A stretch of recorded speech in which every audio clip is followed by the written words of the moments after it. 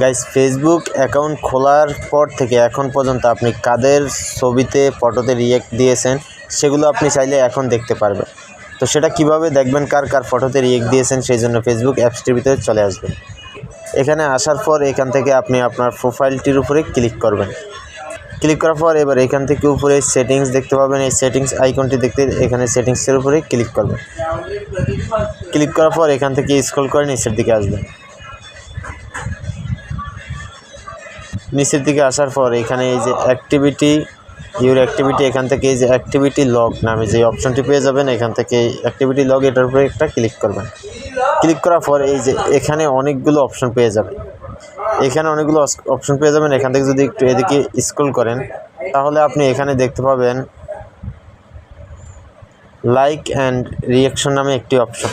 তো এখান থেকে লাইক অ্যান্ড রিয়াকশন এটার উপরে একটা ক্লিক করবেন।